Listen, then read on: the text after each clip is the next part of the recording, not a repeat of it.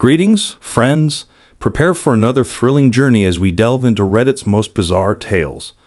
We're plunging deep into the quirkiest corners of the web. Grab your popcorn and join us on this adventure. Remember to hit subscribe and like.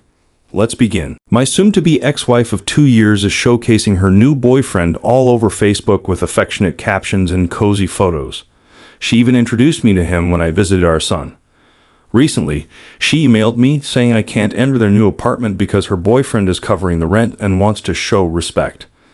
I find this extremely entitled. For the past 2 months, she has been trying to provoke me with this new guy, hoping for a reaction like before. I finally gave up last June after enduring years of her breaking up with me, picking fights over trivial matters and making me walk on eggshells. The only peaceful times were during our vacations and trips abroad.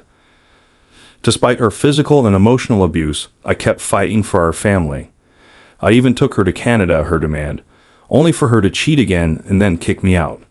I had enough and returned home last December.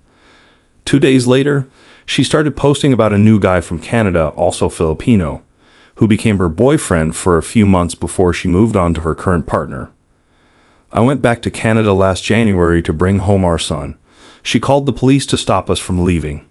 After a few days, she returned with her Canadian boyfriend and took our son with the help of the police and DSWD because our son is still under 5 years old. I hired a private investigator to gather evidence. When they discovered my evidence, the Canadian boyfriend went back to Canada and broke up with her. They sold all the belongings I had bought for our apartment, including the car I bought for her in the Philippines, and purchased a new one. I invested hundreds of thousands in her lending business over the last year, which I believe was the only reason she kept taking me back whenever I returned. She even filed a VAWC case against me for economic and emotional abuse, claiming that my responses to her abuse and my anger and hurt constituted abuse. I never cheated or physically hurt her. I admit to saying hurtful words, but not with the intention to harm her.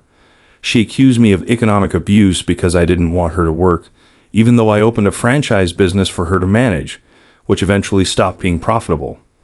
The VAWC case was withdrawn after she learned of my evidence.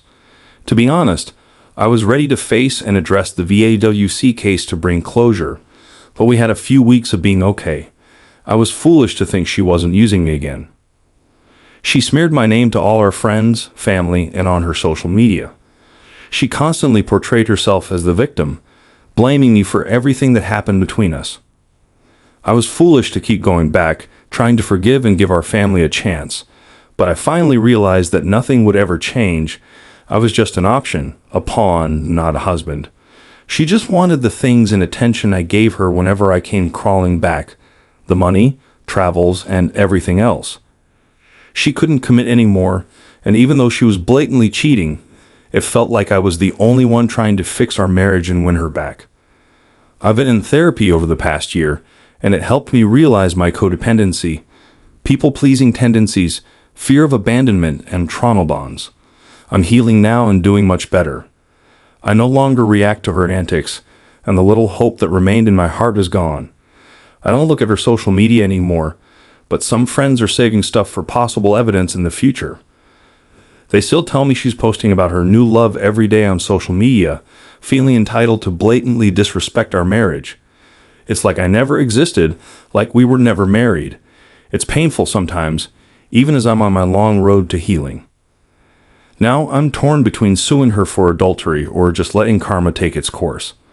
While I want justice for myself and my son, I also want to focus on healing and being present for my children. Karma's got this, right? There are days when I get so angry and want to file the adultery case, see them behind bars, and get the justice I deserve. On the other hand, this would lead to a long, winding road of legal battles, VAWC cases being filed against me again, the stress, and my mind being occupied by all this instead of just focusing on my healing and being present for my children. I want karma to do its thing.